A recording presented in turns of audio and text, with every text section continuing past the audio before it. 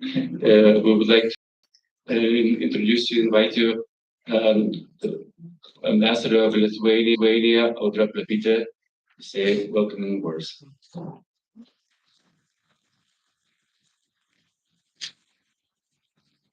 Thank you very much, and good afternoon to everyone who gathered here in person in the Lithuanian Embassy, and also those who are joining us virtually via internet in this important discussion today. I'm very pleased and honored to thank also the US Department of State and the Freedom House for hosting this event as well. The topic of today's discussion is Imprisoned Without Just Cause, Free Them All. It will be dedicated to advocacy for the release of all unjust detained persons and raising awareness of the staggering rate of political imprisonments worldwide. We discussed this topic a year ago, during the Summit for Democracy. We raised that, unfortunately, the situation is not getting better, much better. So it still needs all our efforts and action to call for this cause. First of all, to raise the awareness and to release the political prisoners. It's a very difficult topic. There are so many people who are detained without any just cause, just because of their belief, because of the exercise of their civil and human rights, their voice for all the things we can freely speak. So I'm very happy today to welcome these key speakers of today's discussion. We will start the event by the key speakers from the government officials who are actively seeking the release of the political prisoners.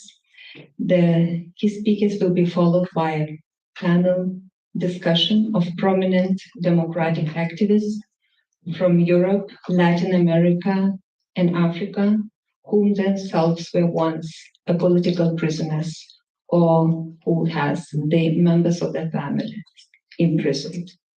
And the discussion then will be followed by the reception. I think the reception would be a very good opportunity to exchange more informally of all our experiences, lessons learned, because I know that today we have here many former political prisoners or people who have the member of their families imprisoned or who are active in this field. So I think that will be also a very good opportunity for networking and planning the future actions as well.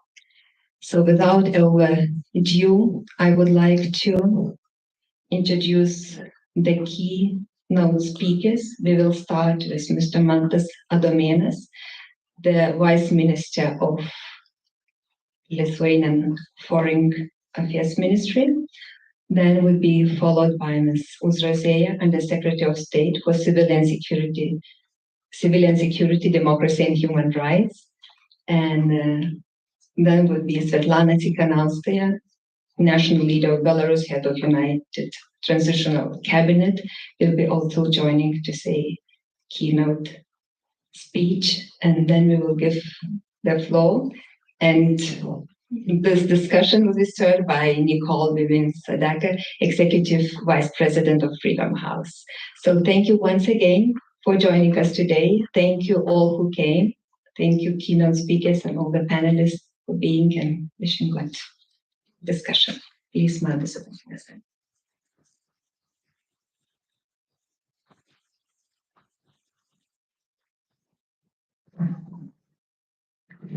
Thank you, Ambassador, dear colleagues, excellencies. First of all, I would like to acknowledge the initiative by President Biden and the United States to gather like-minded democracies across the world to discuss the values that unite and inspire us. I would also like to thank those that have been tirelessly working on both this event and in the field to put this event together. The title for this event is a merger between two different campaigns combating political imprisonment. It combines the American-led initiative, Imprisoned Without Just Cause, and the Freedom House initiative Free Them All. Well, Lithuania's geopolitical location, as well as its history, dictate the necessity to stand up for and protect the democratic values in the face of tyranny.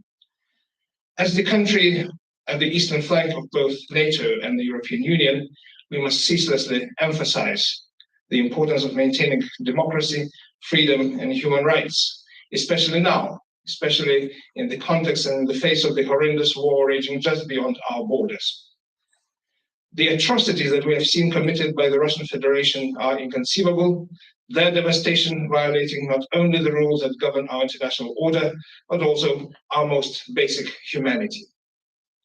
Russia, with the help of Belarus, has tried to raise a sovereign, free, democratic state through a full-scale invasion and genocidal atrocities. As democracies, we must come together and mobilize to fight back and to start rebuilding the world order where such horrors cannot take place. For democracies around the world, this is a period of ominous developments. There has been a buildup of autocratic repression as authoritarians increasingly learn from each other to brazenly challenge international norms and the international system. The number of political prisoners worldwide is swelling alongside an international democratic diaspora, as many among democratic activists have fallen victim to political persecution or have been forced to flee their homelands. This background suffuses the discussion of democratic resilience with newfound urgency. Inspired by the bravery of the Ukrainians, fighting and dying every day to defend the values of the free world, Lithuania is honored to co-lead the cohort on resisting authoritarian pressure alongside our civil society partners, the Freedom House and Alliance for Democracies. The purpose of this cohort is to build up resilience measures to counteract coercive and repressive actions by the autocratic regimes that threaten the lives, liberty, and safety of democratic activists worldwide. When I officially announced the cohort at the Future of Democracy Forum held in Vilnius last November, we wanted to emphasize certain priorities.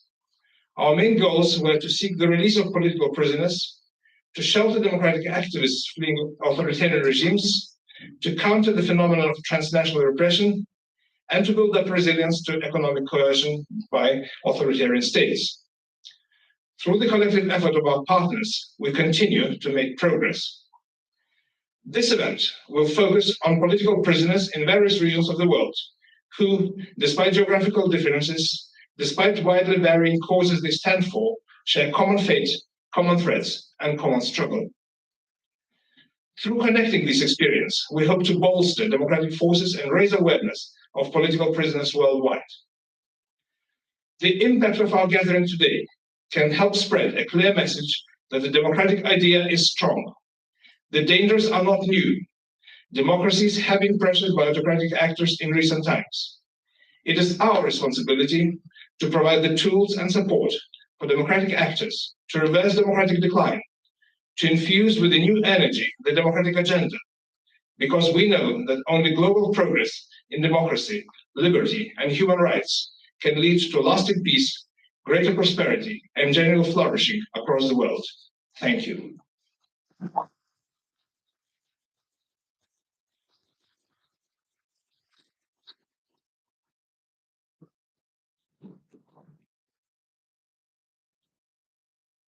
Thank you.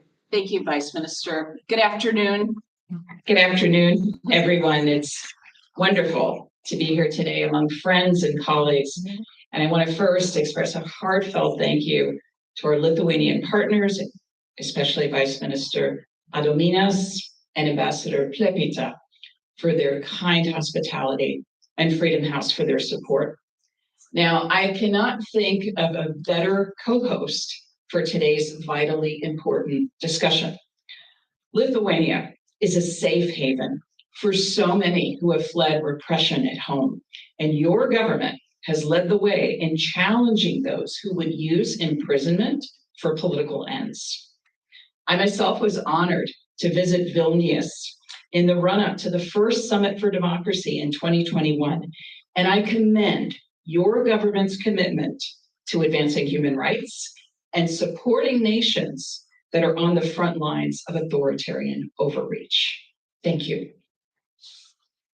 Lithuania has set a high bar for us all in advancing freedom, but we still have a very long path ahead.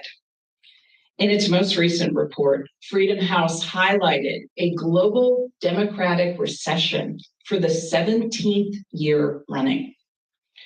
Laws on so-called subversion of state power and separatism in the People's Republic of China, so-called discrediting the Russian military and disrespect in Cuba are used by governments to unjustly arrest those simply exercising peaceful freedom of expression. Citizens in these countries find themselves behind bars as political prisoners, some held only for their race, ethnicity, or faith. The PRC's mass detention and forced labor campaign against Uyghurs in Xinjiang is a prime example. But our gathering here today is not to admire the problem. We are here as partners to mobilize bigger coalitions and exert more effective pressure. So let me share with you concrete examples of how the United States, for our part, has been expanding our advocacy for the release of political prisoners around the world, especially during this Summit for Democracy Year of Action. Building on the Political Prisoners Roundtable that Secretary Blinken and Foreign Minister Landsbergis hosted at the December 2021 Summit, and this was an event that I had the honor to moderate, the Department of State launched a new initiative last January. Welcome, Svetlana. This new initiative was called Without Just Cause, and it advocates for the release of 19 emblematic political prisoners and raises awareness of the human cost of political imprisonment. You can see many of their faces on the posters around this room. They include Cuban human rights defender Jose Daniel Ferrer, who has been held in solitary confinement for 18 months after trying to join the historic July 11, 2021 demonstrations. They include Uyghur political prisoner Ekber Asat, who has spent nearly 7 years in prison after taking part in a respected U.S. cultural exchange program. I would like to recognize his sister, Reyhan Asat, who is here with us today. Meanwhile, Russian pro-democracy activist Vladimir Kara-Murza faces the prospect of decades behind bars if convicted of 3 spurious charges of human rights advocacy and criticism of Russia's war of aggression against Ukraine. I want to recognize his wife, Evgenia, who is speaking on today's panel, and thank her for her important advocacy. The Without Just Cause cases, again, are emblematic, though, of the injustices facing political prisoners around the world. So here, I want to mention Kem Sokha, a respected political leader in Cambodia, held unjustly on fabricated conspiracy charges. His daughter, Mona Kem, is with us today and is among our distinguished panelists. All the while, though, U.S. diplomats in Washington and in the field are continuing to push governments to release all political prisoners and dismiss politically motivated charges because, as Secretary Blinken put it, we know that sustained pressure can work. And for our part, we can prove it. In February, Nicaragua released 222 political prisoners in the wake of concerted American diplomacy and pressure from us and our partners in the region. In the aftermath, though, we denounce the Ortega government's move to strip nationality from these and other human rights champions, which reflects an authoritarian government's retaliation and desperation. We urge the immediate release of Bishop Rolando Alvarez, still held as a political prisoner by the regime, and an end to its persecution of religious leaders. Despite these very sobering realities, I'm struck by one former Nicaraguan political prisoner's comment that the international efforts to seek his release felt like, quote, a ray of light in the middle of darkness. Friends, we need to continue to shine that ray of light brightly together, advocating across multilateral fora for those who have been unjustly imprisoned, which is exactly what we are doing. For example, the United States proudly promoted accountability for the Lukashenko regime's grievous abuses in Belarus at the current Human Rights Council session in Geneva. There, we supported a powerful session organized by our co-host, Lithuania, along with a side event on political prisoners in Russia, with strong support from Luxembourg, Estonia, Germany, and Poland. On January 31st, the Summit for Democracy's Resisting Authoritarian Pressure cohort, which we heard from the Vice Minister about today, shared best practices for seeking the release of political prisoners. Well over 30 government officials took part in that event. And we continue to draw encouragement from those who are leaders in this fight, like Svetlana Tikhanovskaya, a key figure of the pro-democracy movement in Belarus, who I have been honored to engage since taking on this role in 2021. Svetlana inspires us and many in her country with her unrelenting courage and advocacy for a democratic Belarus. And even as she presses for the release of all political prisoners in Belarus, her own husband, Sergei Tikhanovsky, is serving a nearly 20-year prison sentence for daring to run for president. Svetlana is here with us today, and I want to thank you again for your bold and selfless work. And I want to assure you, Svetlana, that we too will continue advocating every day for the release of all people who are unjustly held wherever they are held.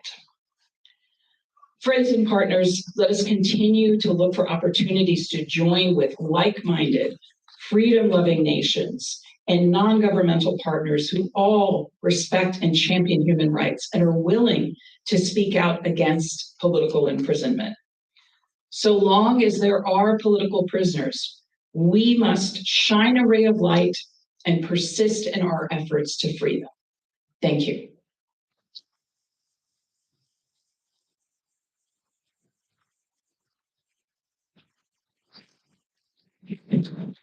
Thank you very much, Undersecretary Zazea, for this insightful views. And I would like to invite now Svetlana Tikhanovskaya, the leader of Democratic Belarus, to say a few words as well.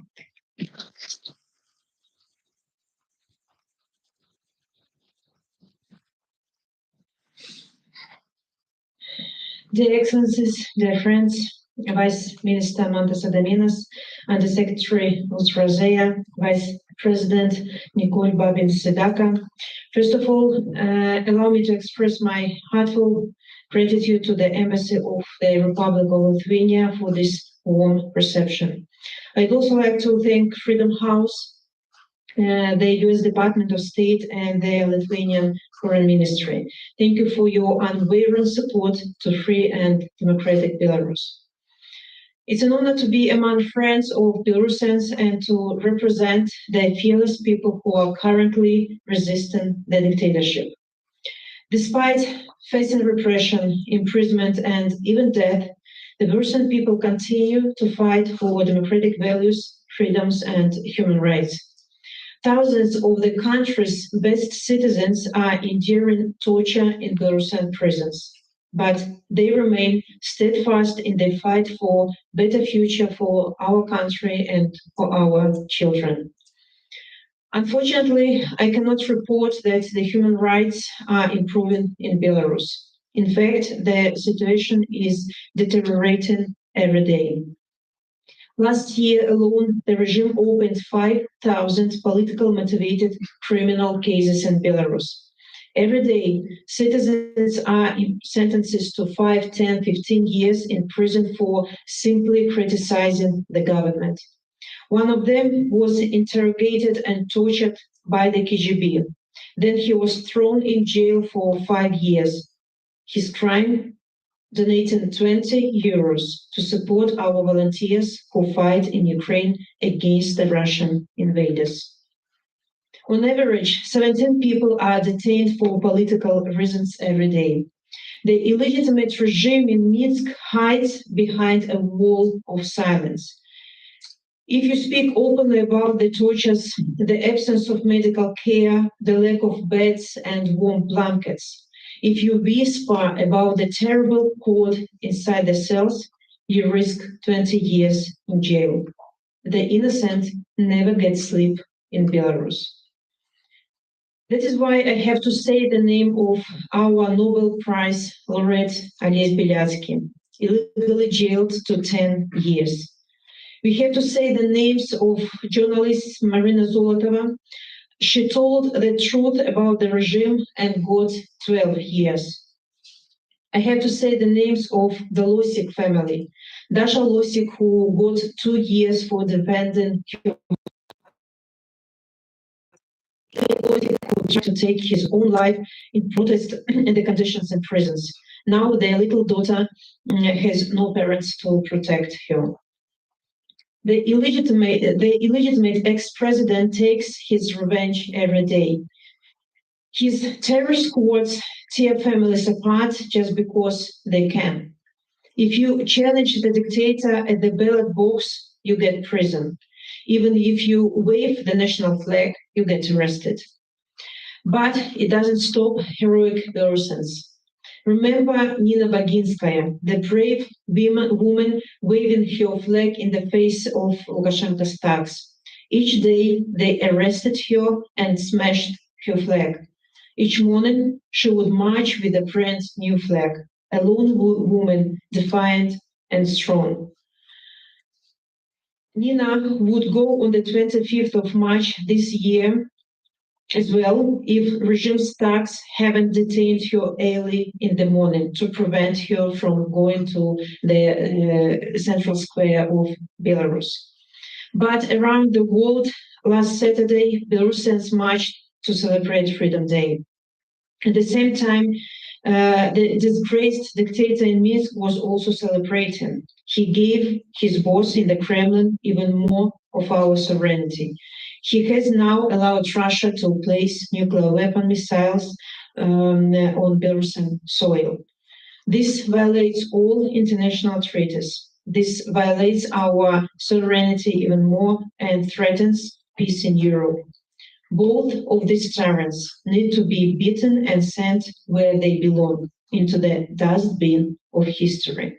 So let's keep fighting together and we will win. Thank you. Живи Беларусь. Слава Украине.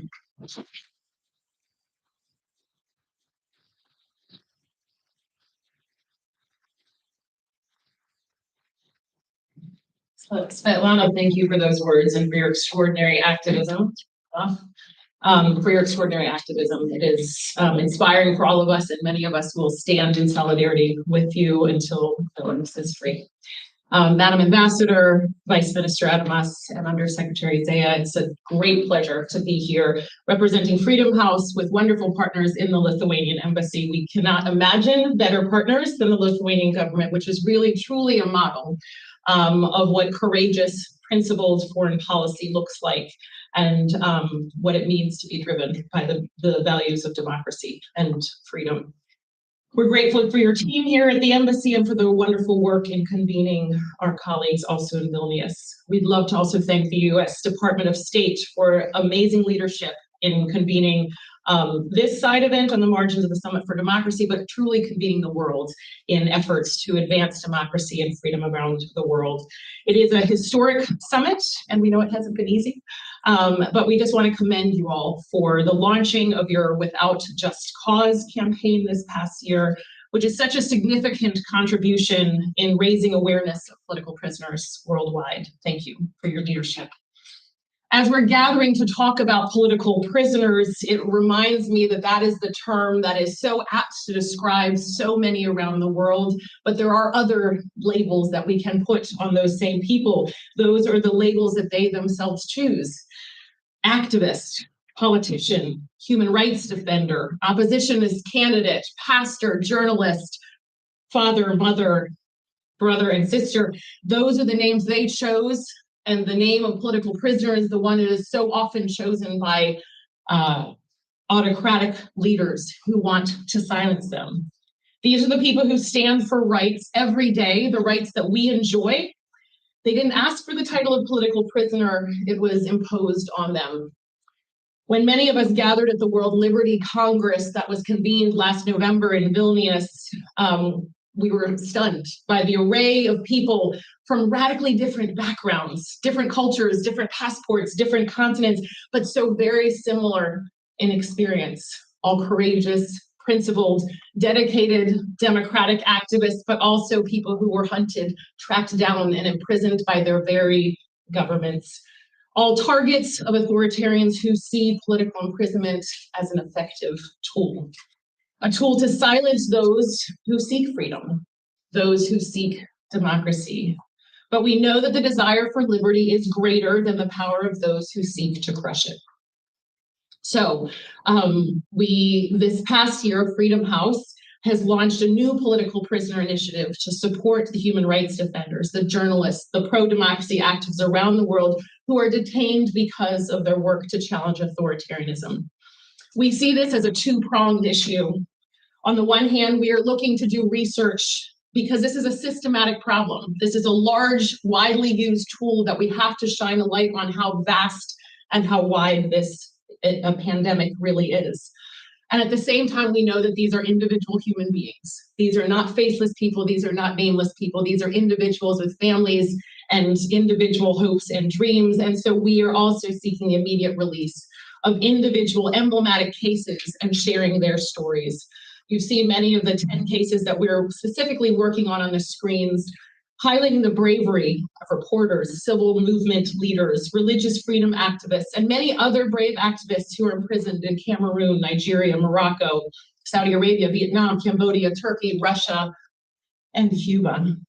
But we know so many others are languishing behind bars. They face travel bans, asset freezes, or house arrest as authoritarian leaders diversify their tools that they use to restrict liberty.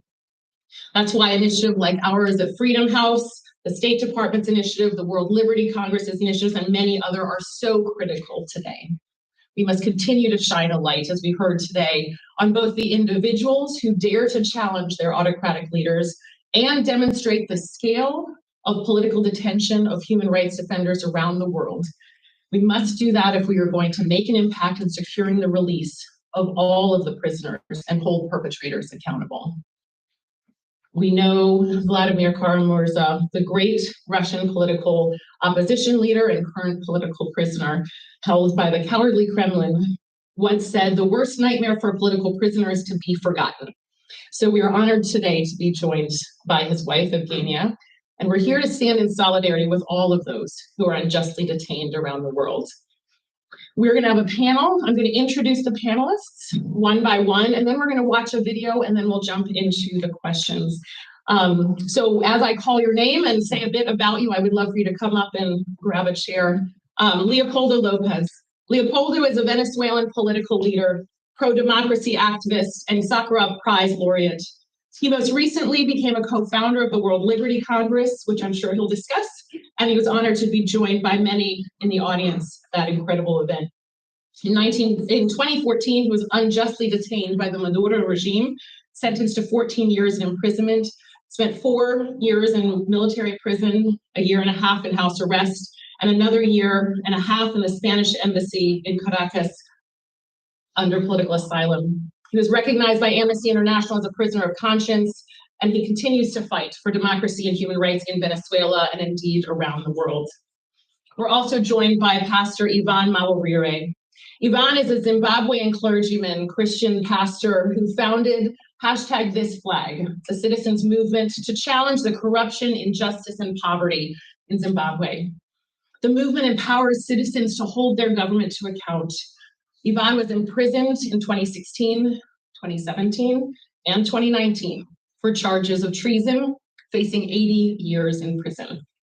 His message of inspiring positive social change and national pride has resonated with diverse groups of citizens and attracted international attention. We're also joined by Evgenia Kara-Murza. Evgenia is the wife of Russian political activist Vladimir, who is currently imprisoned in Russia on charges of treason. She currently works for the Free Russia Foundation, a prominent and well-regarded international organization pursuing a democratic Russia. She's an extraordinary advocate, not only for her husband, but indeed for all the victims of the Putin regime. We're also joined by Manovitha Kem. She is a Cambodian activist and the eldest daughter of Cambodian oppositionist leader Kem Sokha. Her father was arrested in September 27 under allegations of treason and was recently sentenced to 27 years of house arrest. Manovitha has been a longtime advocate for her father's release from prison and has had a remarkable career of her own in the Cambodia democracy movement. I'd welcome you all to come and join me up here. We're gonna see a video and then we will start our conversation, so please, thank you.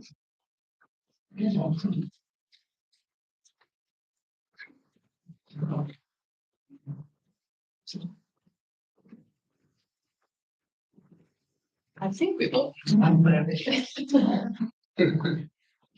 If not, we'll jump in. This is a conversation we could have for at least 6 hours, so I'm gonna jump in. Let's see. I'm gonna jump right in. First off, thank you. Thank you for your activism. Thank you for your courage. Just seeing this group is a reminder, the regional diversity, the diversity of experiences, the similarity of experiences, and the courage that flows through all of you and your family members. Knowing both the spouses who have stood, the spouses who are standing, and family members who are standing with their loved ones. Let me just start and we'll go down the aisle. I've got a lot of questions. What makes authoritarian regimes so afraid that they feel the need to use this tool to imprison politicians, pastors, journalists, activists who choose to speak out for them? So why don't we just start with that as a question? We'll go down the aisle because it's important to hear from different regions and different experiences. And please feel free as you are to share some of your experience as you go. Leo, we'll start with you. Well, thank you. I would like to start by thanking Freedom House, the Lithuanian government, the State Department for this initiative. I think it's very important that we understand that there's no one single individual or person or organization that can do what needs to be done in order to not just free the political prisoners, but also to bring about freedom. So I think this is an initiative that needs to be continued, and I congratulate you for it. As you said, I was a political prisoner for 7 years, spent 4 years in solitary confinement, and I was sent to house arrest, and then I sought asylum in the Spanish embassy and escaped Venezuela at the end of 2020. My wife was in DC for those 7 years, and she was an extraordinary advocate, and I understand the importance for a political prisoner to have a voice. And that voice, the most important one, is the voice of the family members, of the relatives, of the people who know you. I lead a political party, and many people were advocating, but the family members are the most important voice. So I want to tell you that we are with you and with all of the families and the relatives of the political prisoners that are as well in prison, because they are as well suffering in the same way that we suffer. To your question, autocratic regimes are afraid of free voices that can inspire the people to bring about change. And that's why they have the need to imprison them. And I lived in a free Venezuela for many years, and it was mind-boggling for me, how can a small group of people take control of millions of people? And now I can tell you that I believe that it's about selective repression. So they go after different individuals that represent different groups. They go after students in order to take down the student voice. Then they go after business people in order for the business community not to show support for change.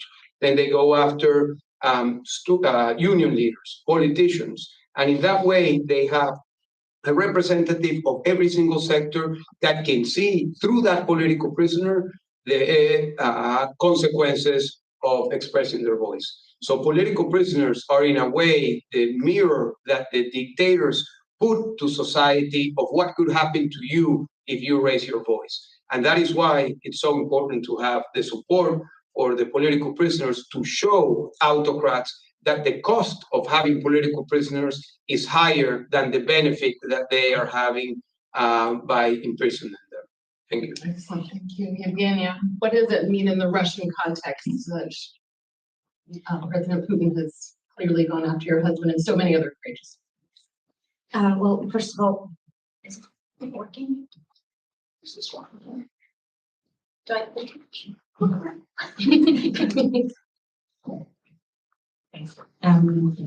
Yes. Well, first of all, I want to say how humbling it is to be sitting.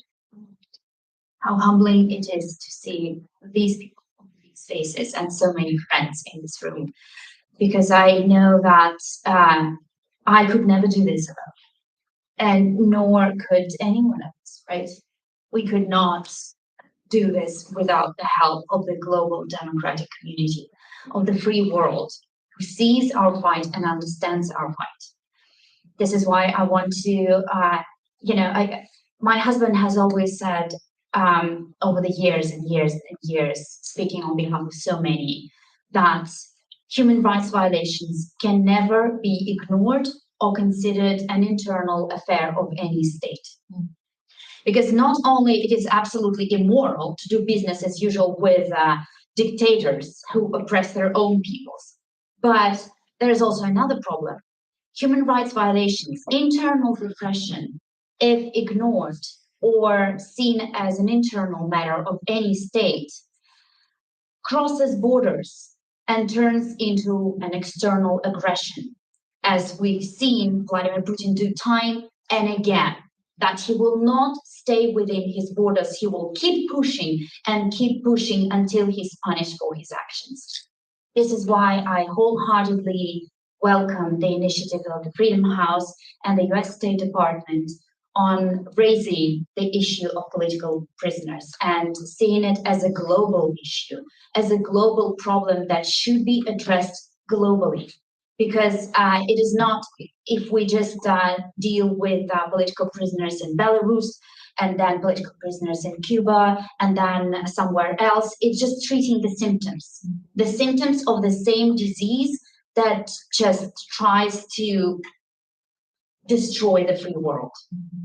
And I also want to thank the Lithuanian government, because recently I've been to Lithuania and I met so many of our friends and colleagues who found refuge there, who were able to continue working as human rights activists, as journalists, because you welcomed them there, because you welcomed them with open hands, because you understood their struggle and you made it possible for them to continue their very important work.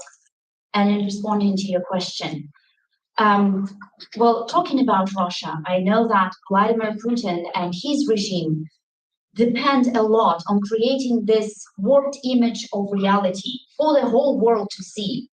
This warped image of reality in which the entire Russian people stands behind Vladimir Putin and his policies and his war against Ukraine. In order to achieve that, he has to silence all free voices in the country.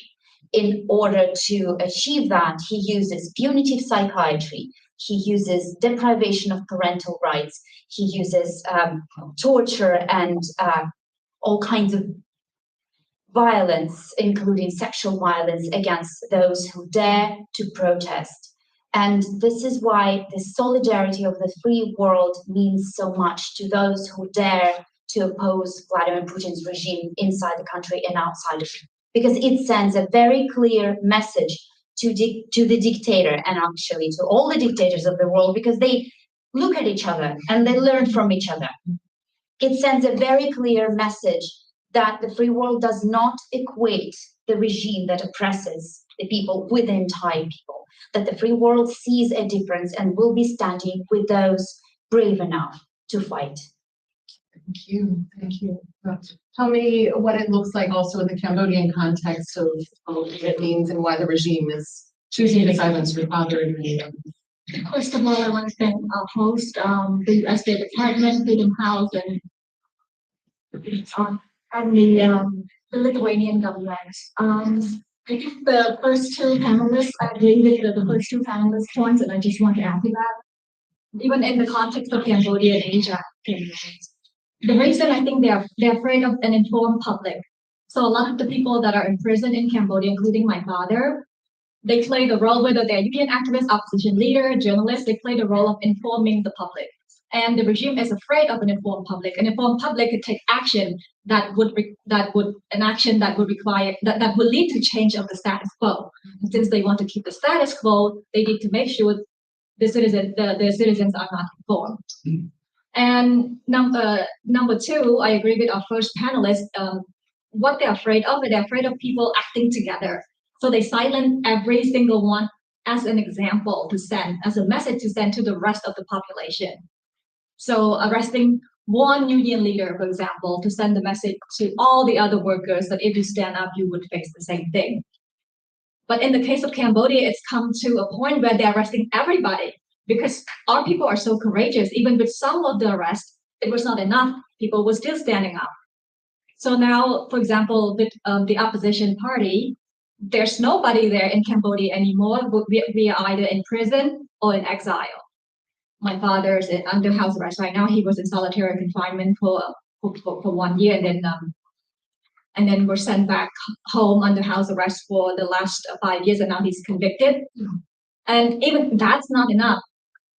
So they arrested everybody now because in Cambodia now we're at the point where people are no longer afraid. But initially, if one stand up, they just arrest one, and now they just arrested everybody, including people who are not that active, to be frank. We're at that point in Cambodia. You could be arrested just because the dictator himself is nervous that you may be thinking of something. There's no action yet, that you may be thinking of resisting, or maybe you are informed, and maybe you're not happy with the status quo. So what they're afraid of, to sum up my point, is an informed public and change agents that would act together. Thank you. Yvonne, tell us a bit about what that looks like in the Zimbabwe experience and why the government is choosing this as their tool.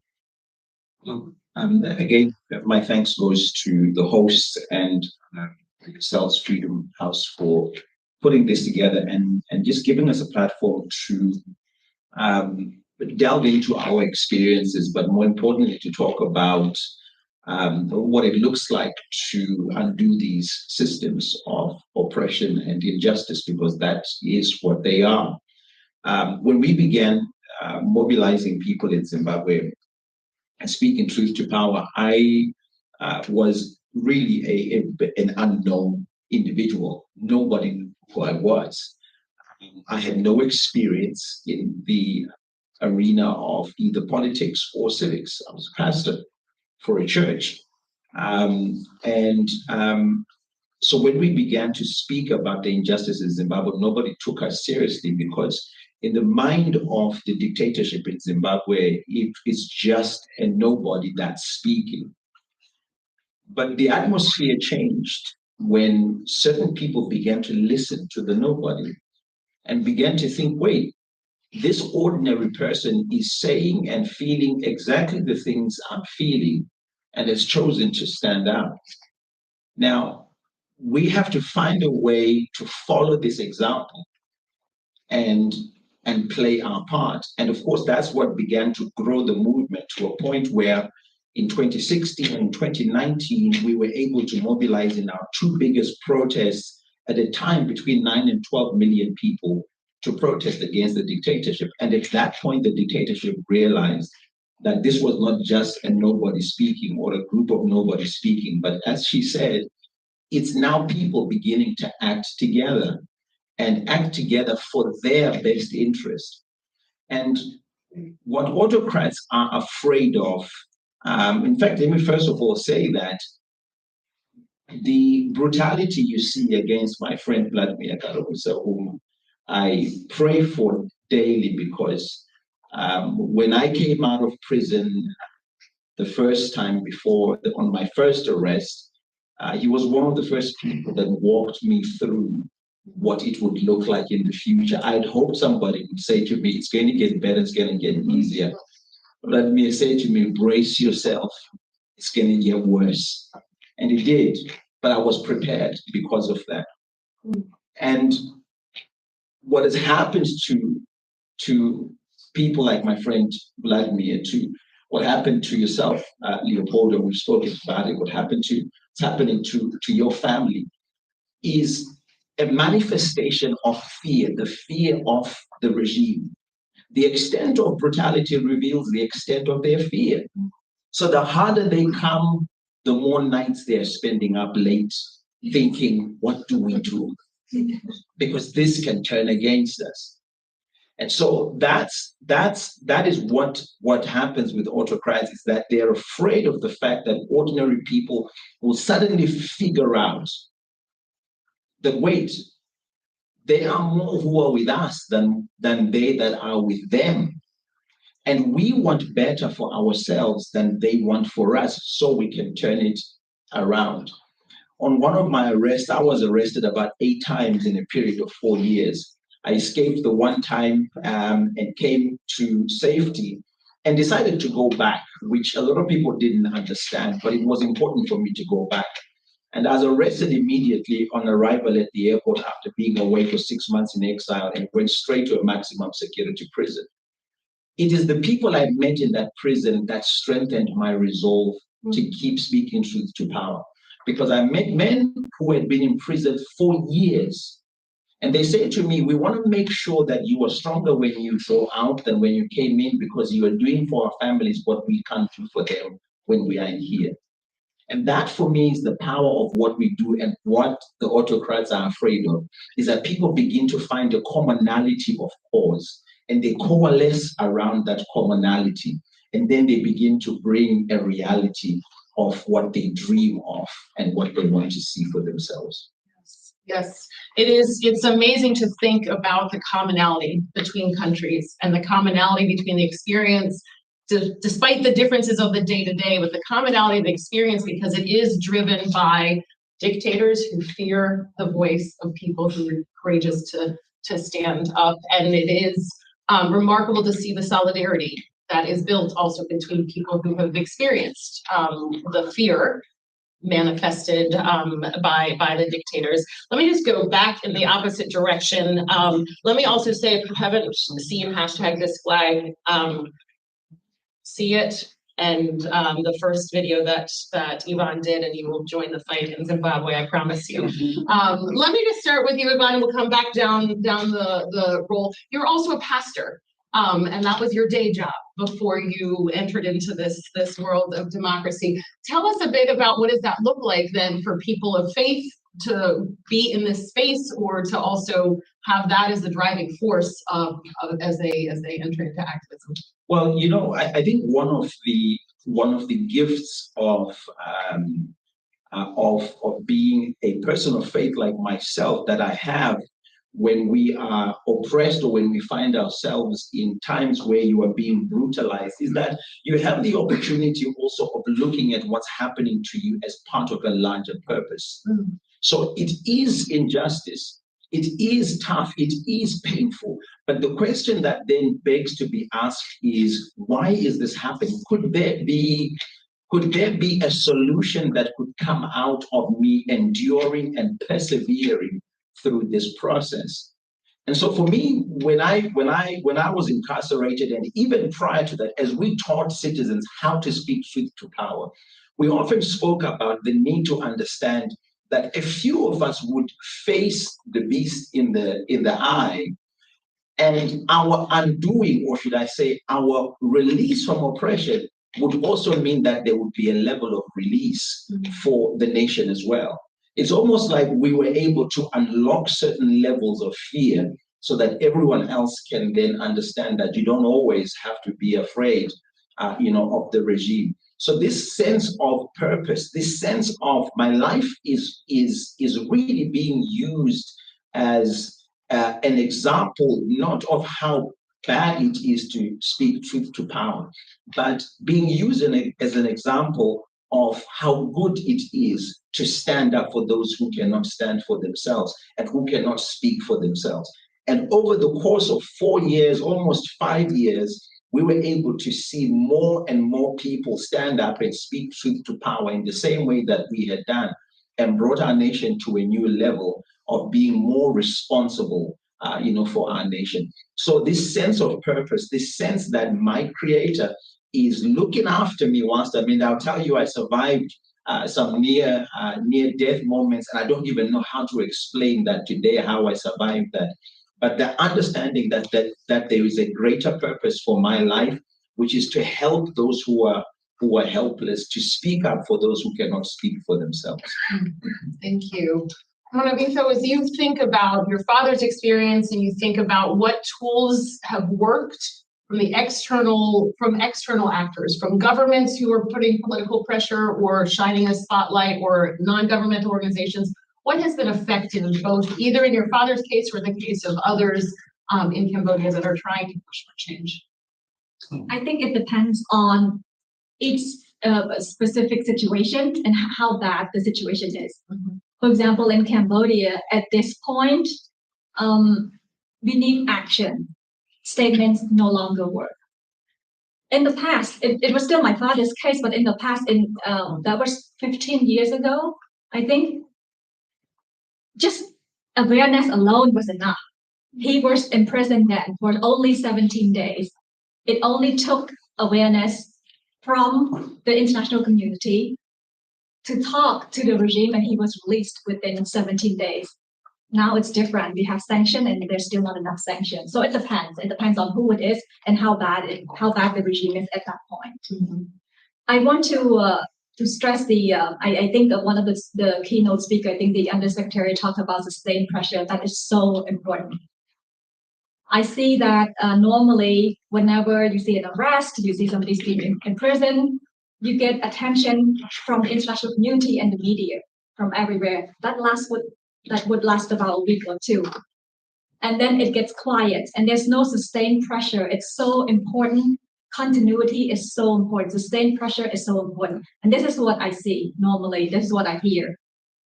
The international community would think that, oh, it's not working, whatever we're doing, just because you don't see the result yet. And I would tell them that you're not doing enough. If what you're doing now, you don't see a change yet, you need to do more. You need to sustain the pressure, not taking your foot off the pressure. To sustain pressure, continuity is so important. And number two, coordination among the free world or countries with like-minded values. It's so important to coordinate. In the case of Cambodia, I have difficulty, for example, in my advocacy, getting the free world together, being on the same message. And the dictators are so smart, they divide. Of course, they understand geopolitics and all of that. They divide. Among the EU, they try to peel off some members as well.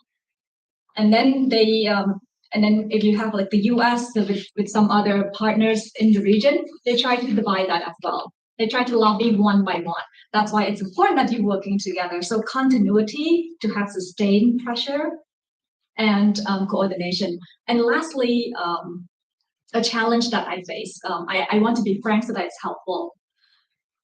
It's the idea that our fights, whether it's in Cambodia or elsewhere, our fights for democracy and human rights somehow contradict the interest of some Western country.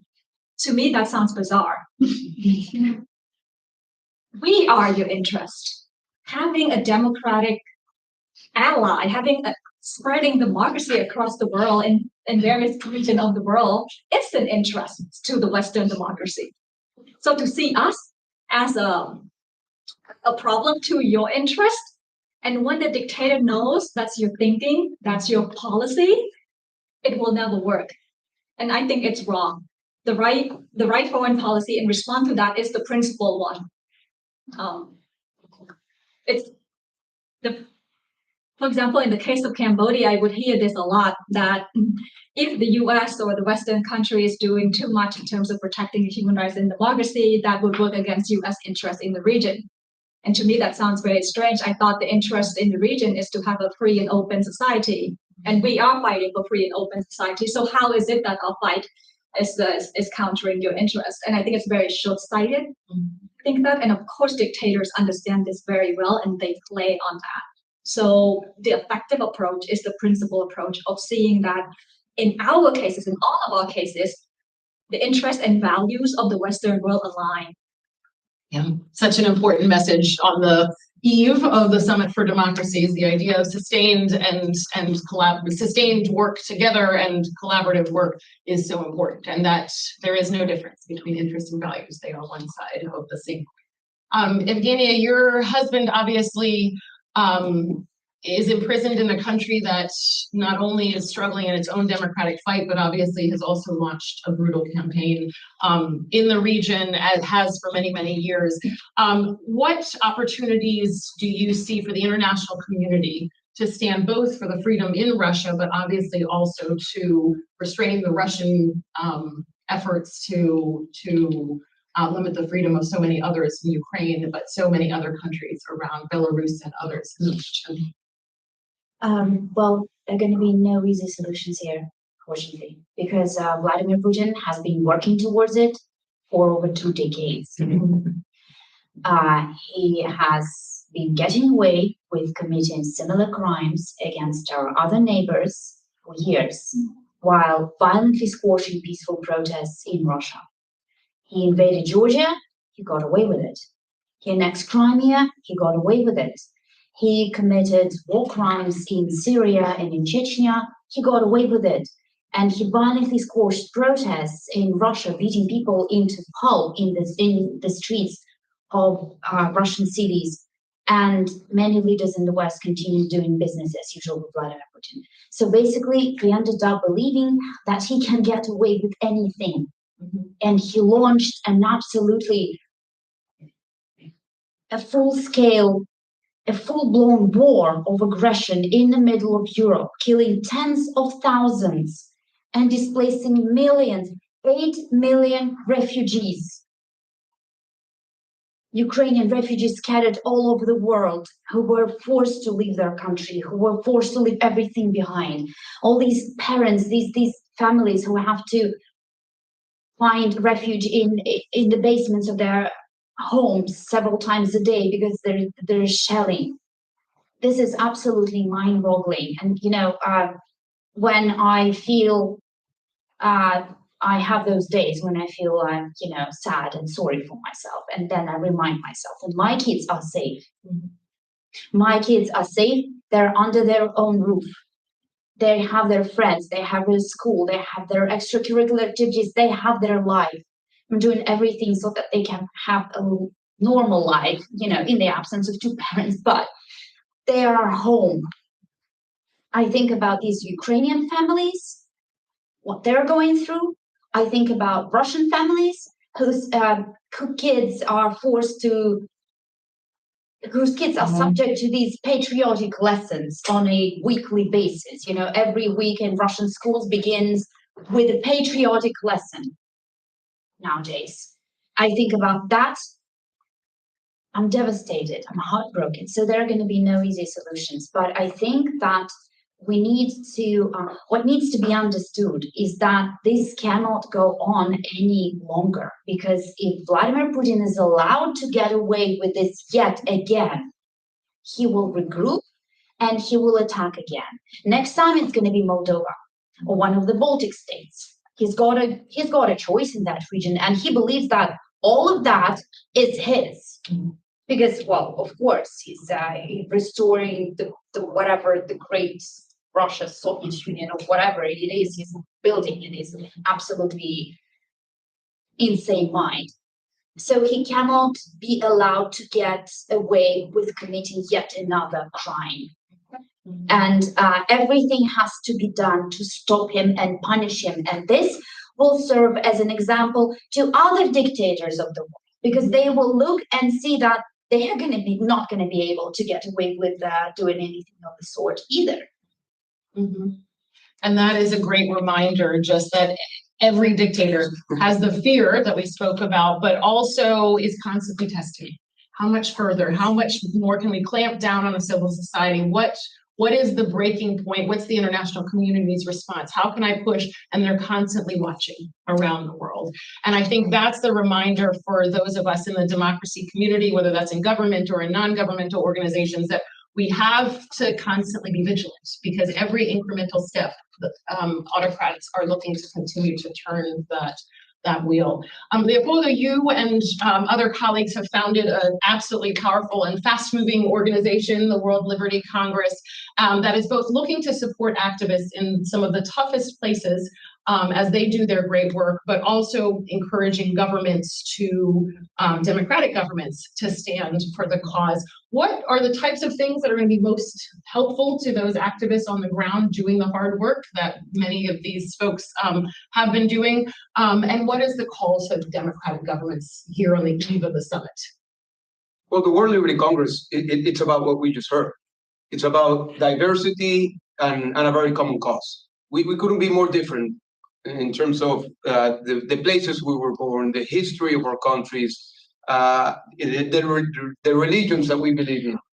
But I hear these three testimonies, and they are very close to what we have gone through. Very, very close. It's the same story, told in different languages, told in different contexts. And that's what we want to bring together. And that's what we want to shed light to the free world, that we are willing to struggle and fight for freedom. Because it's very easy to think that when you talk about China, Russia, Venezuela, you're talking about the regimes. And one thing is what the regimes are doing, and a very different thing is what the people from those countries are thinking and are willing to do in order to be free. We just saw it in China. Who would have thought that there were going to be protests in China? Or in Iran. We just saw massive protests in Iran, and nobody saw that coming. And why those protests happen? Because of the same reason. People want to be free. So I completely agree that we have the mission to present to the free world their responsibility to commit to freedom beyond their own borders. Because autocrats gaining terrain anywhere in the world is losing terrain in every free country. So that's what we are doing with the World Liberty Congress, that we are committed to promote freedom in our own countries. We are committed to action. We are committed to talk out and speak out about the atrocities, about the violations of human rights. And we are not afraid to talk about political change, about regime change. We're not afraid to talk about the fight for freedom. Many times in the city, people have told me, well, don't use the concept of freedom fighters. And my response to that is, well, that's how I feel. That's what I've been doing. I've been doing it for years. That's what I wake up every day to do. When I was in prison or when I was in Venezuela, that's what motivates me to fight for freedom, because freedom is not free. Freedom is not going to come about without us being actually involved and taking risks. And that's what we want to do with the World Liberty Congress. It's not a conference. It's not an NGO. It's bringing people together to speak out and to act together. And we have decided to articulate, at least for now, some specific projects. One of them we call the Global Freedom Academy. We believe in training at the grassroots level. So in 3 weeks, we will be launching the Freedom Academy in Zambia. That was one of the commitments we made in Lithuania. And we will be training the first cohort of trainers of trainers. We have a moonshot view to train 1 million people in 3 years' time, in person, in grassroots activism. Many people said that we were crazy, 1 million people. My answer to that is, why not? Why not? And then they asked, so how are you going to do it? Well, we are committed. And I asked them, why don't you think we can do it? Well, the methodology, the resources, the communication. He said, well, let's go get that. Let's go get that. Let's go get that together. And we will be doing the Freedom Academy cohort of Latin America and of Asia and of the Middle East and of Eastern Europe all throughout this year. The second project that we have is very dear to what we've been talking about throughout this afternoon, the Political Prisoners Support Network. And here I want to make a comment about the importance of bringing together the different initiatives. The State Department has a very important initiative. Freedom House has a very important initiative that they both launched those initiatives this year, 2023. And we need to work together to see how these initiatives can be complemented from one another. We from the Liberty Congress, we want to put the experience of the families and relatives of political prisoners to talk to and support the families of those who are today in prison. Because there are some very practical issues. You spoke about your children. My wife was in your same position, and she didn't have somebody to tell her what was going to be like for the children. My son was 1 year old and my daughter was 4 years old. And she started to kind of play out the Life is Beautiful approach, kind of an approach to present them a view that was different from reality. But then my kids went to school and the other kids said, well, your father is in prison. So that didn't work out very well. And she had to speak, to my kids, and we had to talk about some very hard, difficult issues for the kids to try to understand, like why is the police in uniform bad? If you see in the movies that the police in uniform and the military in uniform are supposed to be the good guys, but why is my father in a military prison with those people in uniform who are supposed to be the good guys? Explain that to a 4-year-old. Well, I'm sure my wife and many other families and relatives can relate and talk to very practical things that can be supportive to those who are in prison. So that's a second initiative that we have. A third initiative is what we call the Office for Freedom Affairs. We want to have kind of the Ministry for Foreign Affairs for the pro-democracy movements. And we want to help the pro-democracy movements to advocate here in Washington, D.C., in Brussels, at the International Criminal Court, at the Africa Union, at the OAS, to have some freedom diplomats to give some of their time, their expertise, their support, to take alongside these individuals and movements to advocate more effectively. So what we want to do is to bring together activists, movements, but also organizations like Freedom House, like the Lithuanian government, like the US government, USAID, the NED, the IRI, the NDI, and many of the other organizations with acronyms or no acronyms that are doing great things. But we want to tell them, here we have the people who you are working with or you are working for. Let's do a market match. These are the people, you have the programs, you have the resources. Let's sit down and figure out ways in which we can be more effective. Because this is about being more effective in the struggle for freedom. And most importantly, and I'll end with this, we at the Liberty Congress have the attitude that you just heard today. We are all victims here, but you did not hear people speaking as victims from a position of wanting you to have pity on anybody that is sitting here. We don't want the pity of anybody. We don't want to have the attitude of being a victim, because we are all going through this because we are hopeful that freedom will come. Because we can see that in the future, hopefully in the near future, our countries will be free. And when you are hopeful about the future, you need to be optimistic.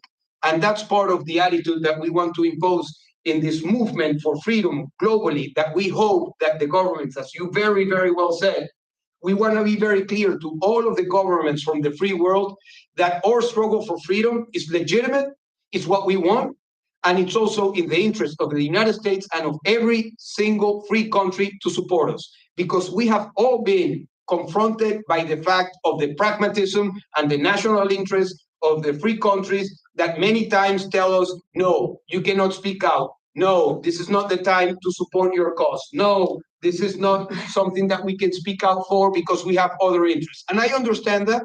We all understand that. But if we are together, we are stronger. If we are together, we can have a common voice. I feel stronger today after listening to this great panel. And this is what this is all about. It's about feeding each other with the same sense of purpose that is universal. And I have come to be absolutely convinced that the values of freedom, human rights, and democracy are universal values.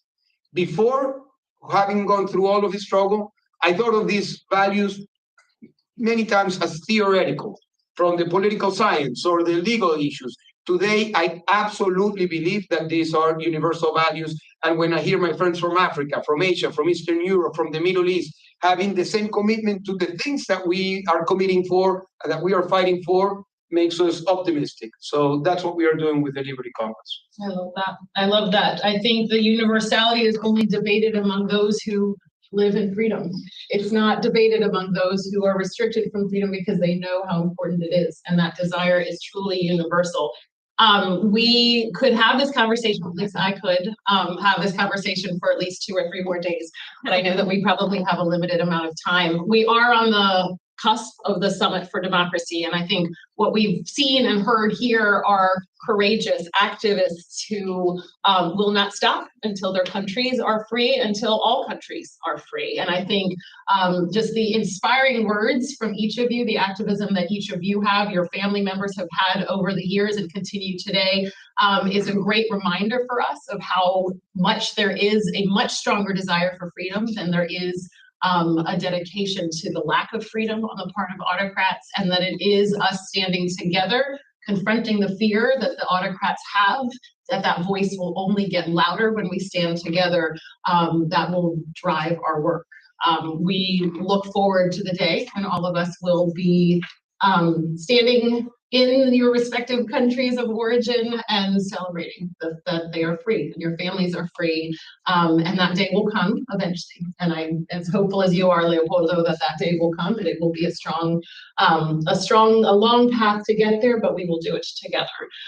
So with that, let me just look at my colleague to see if we got to the video or no video. Yes, okay. We are going to turn and have the video now to hear from yet another courageous activist, and then we will turn it back to Mike.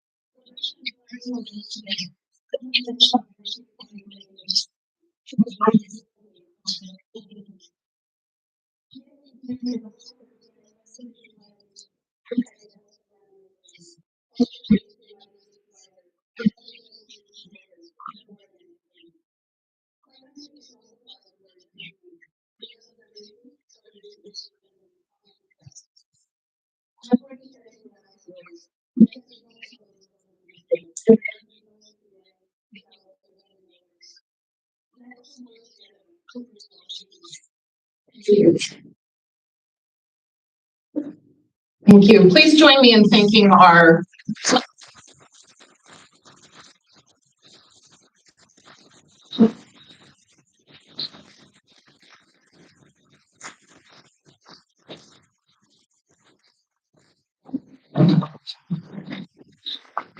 Thank you, friends. Thank you, colleagues. And what a humbling experience it has been to be with people who have gone through suffering to defend our common ideals, who have had their family members imprisoned, have had to face this ultimate loneliness of not being sure whether at all they will see freedom in their lives. And we've heard about such a diversity of people who are under this predicament. Yes, we call them political prisoners, but they are husbands, fathers, wives, mothers, pastors, politicians, journalists.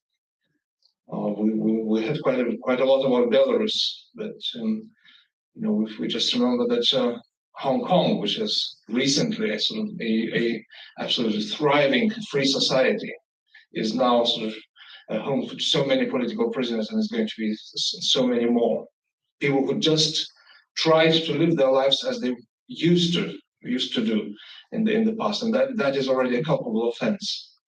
Xinjiang, where people simply want to maintain their national identity, and it's the most natural human thing, and that is a cause for incarceration for the new gulags.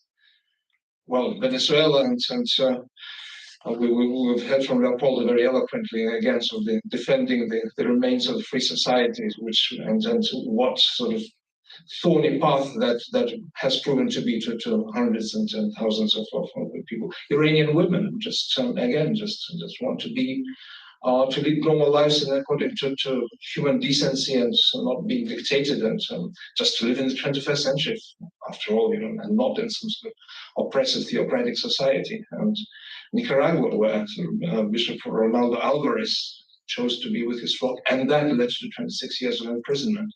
The fact that he decided to stay. And there's such a variety of paths, such a variety of lives, of faiths. What is common to them? It's very difficult to name, but I venture what is shared by all these people is that they define our shared humanity. They stand at the forefront of what it means to be human in the face of these inhumane regimes. And I'm not going to draw conclusions or summarize. I sort of maybe a word of explanation why Lithuania? Why is Lithuania so concerned about this all? Well, because we feel that what we in the free world take for granted can no longer be taken for granted, because the threat which rises for all of the free world. As Leopoldo rightly said, when freedom diminishes in one part of the world, it diminishes for us all, because that means that attitudes of people of authoritarian autocrats who want to maintain their hold on their societies is strengthened, that they feel encouraged. With every political prisoners, they feel that they have more sway and they have, and that their path will ultimately survive. They learn from each other. They, after all, sort of shaming is no longer enough. International sort of drawing attention and shaming is no longer enough. And we heard about this, how this, the attitudes harden. Now they view this totally cynically. They view mass imprisonment, mass repressions, mass beating ups, even killing of opponents as an instrument to stay in power, which they view totally dispassionately. Not so long ago, a dissident was murdered in a consulate in Turkey, and the person who is behind that is touring the world and shaking hands. And this is a symbol, but it's a symbol of many other such instances. Lithuania is being pressured by our democratic partners and allies to release Belarusian fertilizers flowing, even though it's proven by the World Food Organization, by the FAO, that this is not the cause of any famine or anything. It's Belarusian regime, but there is such a sort of amount of lucre involved that actually the pressure is immense to release one of Belarusian tyrants' main sources of income. These people haven't heard of these absolutely ravaging stories. But what I want to conclude with is another sort of reason why we're so concerned. This is in our DNA. Not so long ago, we were ourselves an imprisoned nation, and only a handful of heroic people were standing up for these values, which we now, our society, and I'm happy to say that there are already more than one generation have been brought up in Lithuania who don't know that reality could be different. But for us, or my generation, it was absolutely sort of, a distant sort of glimmer on the horizon that things might change. The distant whisperings of Voice of America and Radio Free Europe, which always tried to sort of to quash and that there is a different society. But the handful of people who stood up for this, they were standing up primarily for the freedom of conscience, for freedom of religion. And I want to introduce another video of Cardinal Sigitas Tamkevičius, who is one such example of how determination to defend what is very intrinsically human in us. Our freedom of conscience can be a small stone that helps to overthrow a huge totalitarian chariot, which seems to be sort of thunder on without any obstacles in its path. But the determination, to walk to the utmost sort of risk is absolutely vital. And Cardinal Tamkevičius, as a simple priest, parish priest, in 1972, actually, the year when I was born, started publishing the Chronicle of the Catholic Church in Lithuania, which became the essential catalyst for resistance moving to the Soviet regime. The publication announced the facts about anti-church policies, persecution of the faithful, other human rights violations by the Soviet regimes, and reported on forced atheization of youth and persecution of local church communities. And several years later, together with some 4 other priests, he founded a Catholic Committee for the Defense of the Rights of Believers, an organization that fought against discrimination. And he spread this information not only in Lithuania, but also internationally. 5 years later, he was arrested and sentenced to 10 years of imprisonment on charges of anti-Soviet propaganda, and eventually exiled to Siberia in 1988. And even in his Gulag camp, in his concentration camp, he worked relentlessly for freedom, despite knowing that he may not survive this long-term imprisonment. And so I want to introduce a short video by this person who is, for us, a symbol of freedom, and whose unquestionable faith and hope that authoritarianisms are against human nature and they're destined to fall, helped to bring freedom in my country. So over to the screen. Thank you.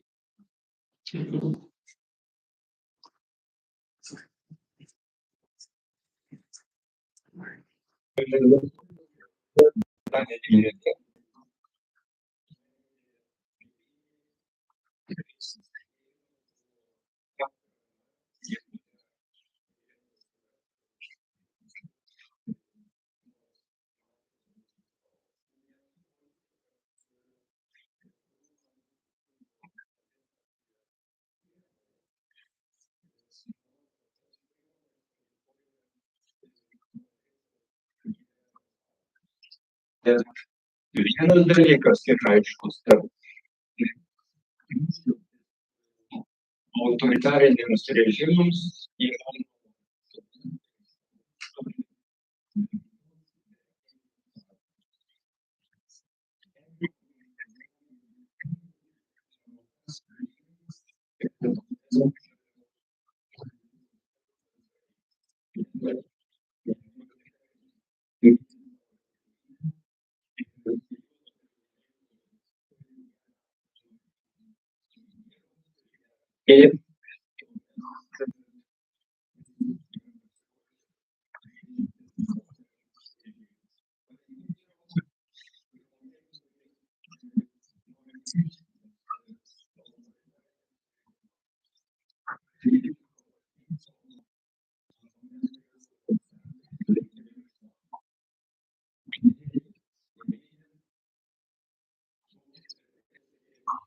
tie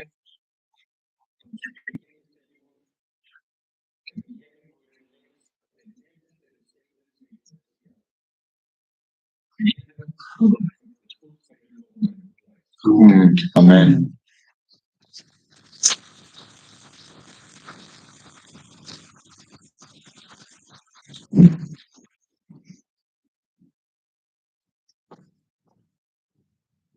Thank you, everyone, and we would like to invite you to further discuss, talk, and share your views, your ideas.